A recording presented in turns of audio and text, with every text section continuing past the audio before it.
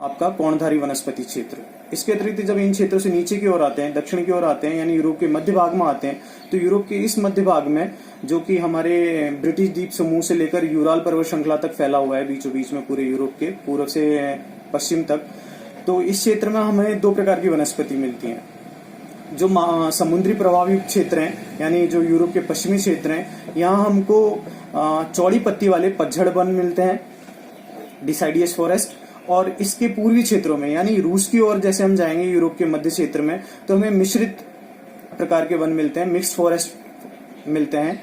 अब इनकी विशेषता की बात करें तो देखिए, जो यूरोप का पश्चिमी क्षेत्र है जिसमें कि पतझड़ वन पाए जा रहे हैं, तो आपको पता ही है कि यूरोप के इस पश्चिमी क्षेत्र की, मध्य पश्चिमी क्षेत्र की क्लाइमेट कैसी है। यहाँ समुद्रीता का प्रभाव पाया जाता है, वर्षा की अधिकता पाई जाती है, सापेक्षिक रूप से तापमान औसत पाया जाता है। इसी कारण यहाँ क्या होता है, ऐसे वन मिलते हैं जो कि जब आर्द्रता की प्राप्ति होती है, वर्षा का ठीक ठाक आपतन होता है, उस दौरान यहाँ हरी पत्ती वाले समृद्ध सदाबहार वन आपको पाए जाएंगे। और इसके अतिरिक्त जो दूसरे वन है, उनमें ग्रीष्मकाल आते ही आपको वो वृक्ष अपने पत्तों को झड़ा देते हैं, और इस प्रकार वनों का यह स्वरूप पतझड़ वन कहलाता है।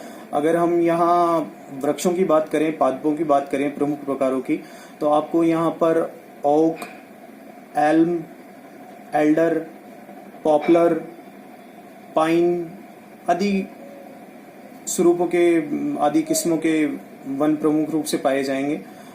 इन वनों की जो आर्थिक उपयोगिता है वो हमारे कोणधारी वनों की अपेक्षा सीमित है। कोणधारी वनों में की विशेषता क्या होती है कि उनकी जो लकड़ी होती है वो एक तो नरम होती है, फिर वनों की जो प्रजातियां हैं वो सामूहिक रूप से पाई जाती है, मास लेवल पे पाई जाती हैं, इसलिए उनका इमारती लकड़ी उद्योग की दृष्टि से या अन्य आर्थिक मानवीय उपयोगिताओं की दृष्टि से अधिक दोहन हुआ है, अधिक उपयोग हुआ है। और इसके वनस्पत जो पतझड़ वन है, ये इनकी लकड़ी अपेक्षाकृत कठोर होती है और विविधता मिक्स्ड पाई जाती है। मास लेवल पे एक ही प्रजाति के वृक्ष नहीं पाए जाते हैं, तो इनका जो कटाव है या मानवीय उपयोगिता है वो उनकी अपेक्षाकृत सीमित हुई है। फिर भी बढ़ती जनसंख्या, आर्थिक उपयोगिताओं के बढ़ते स्तर के कारण यहाँ पर वनों को काफी तादाद में काटा गया है, और खेती के लिए, अन्य मानवीय उपयोगों के लिए वन क्षेत्रों का उपयोग किया जा रहा है। अब बात करें हम इसके पूर्वी क्षेत्र के मिक्स फॉरेस्ट की, तो मिक्स फॉरेस्ट जैसा कि इसके नाम से प्रतीत हो रहा है कि मिक्स फॉरेस्ट ऊपर के कोणधारी वन, नीचे के अन्य घास क्षेत्रों और हमारे पूर्वी क्षेत्र के, पश्चिमी क्षेत्र के जो हमारे पतझड़ वन है, उनके सबका मिक्स स्वरूप, उनका मिश्रित स्वरूप इन वन क्षेत्रों में पाया जाता है।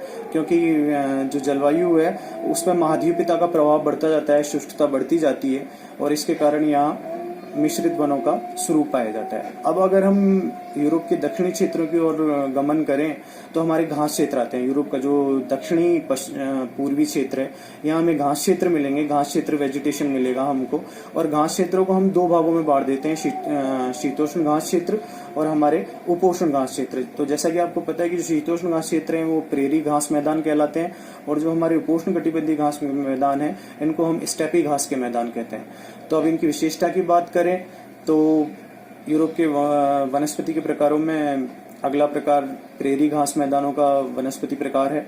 और प्रेरी घास के मैदान, जैसे कि अभी मैंने बताया आपको, कि शीतोष्ण कटिबंधों में पाए जाते हैं, जलवायु अपेक्षाकृत सम पाई जाती है, तापमान का स्तर ज्यादा उष्ण नहीं होता है, और इसके कारण ये एक समृद्ध हरा भरा घास क्षेत्र होता है। पूरे वर्ष आपको अच्छी खासी तादाद में घास मिलती है, और यहाँ ये एक उपजाऊ क्षेत्र है क्योंकि तापमान का स्तर औसत है, वर्षा की प्राप्ति भी अच्छी है।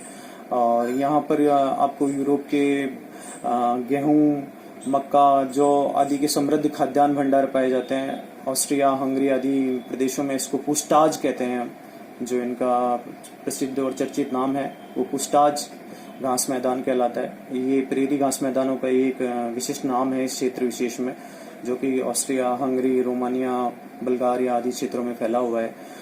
और अगर हम स्टेपी घास के मैदानों के वनस्पति प्रदेशों की बात करें तो ये अपेक्षाकृत उपोष्ण और शुष्क क्षेत्र है, सापेक्षिक रूप से प्रेरी घास मैदानों के। तो यहाँ तापमान की मात्रा आपको अधिक पाई जाएगी, वर्षा की मात्रा कम पाई जाएगी। तो ग्रीष्मकाल में घास आपको सूखने लगती है, और बाकी जब आर्द्रता नमी की प्राप्ति होती है आपको घास की मात्रा प्राप्त होती है। दूर दूर तक घास के विस्तृत मैदान पाए जाते हैं जो कि चरागाहों के और वर्तमान में खेतीबाड़ी के काम से उपयोग में लिए जा रहे हैं।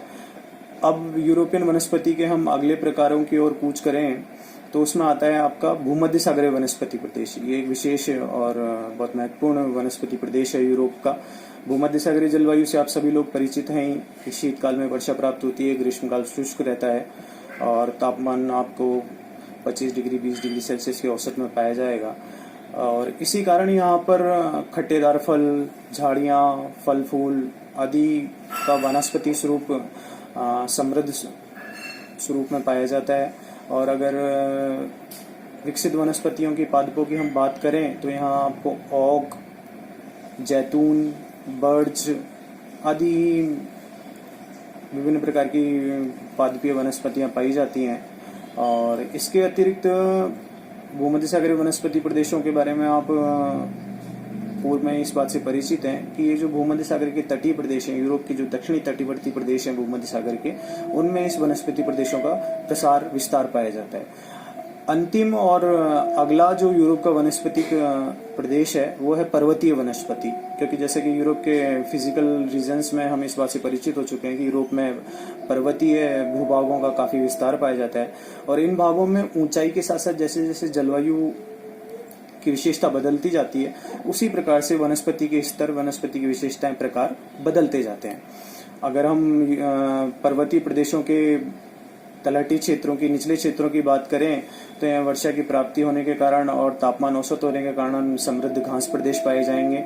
आपको फल फूल आदि की खेती के अच्छे उपजाऊ क्षेत्र मिलेंगे। थोड़ा सा हम ऊपर जाएंगे तो वनस्पति आपको कोणधारी स्वरूप की होती जाएगी, क्योंकि तापमान कम होता जाता है और हिमाच्छादन ठंड बढ़ती जाती है। इसके कारण कोणधारी वन का स्वरूप यहाँ पे मिलेगा। और जैसे जैसे हम बिल्कुल ऊपरी भागों में चले जाएंगे पर्वतीय प्रदेशों के, तो यहाँ हमें जो यूरोप के आर्कटिक और उत्तरी भागों में जैसी वनस्पति पाई जा रही थी, हिमाच्छादित क्षेत्रों में बहुत सीमित जो स्वरूप की विविधता युक्त वनस्पति पाई जा रही थी वो इन क्षेत्रों में पाई जाएगी।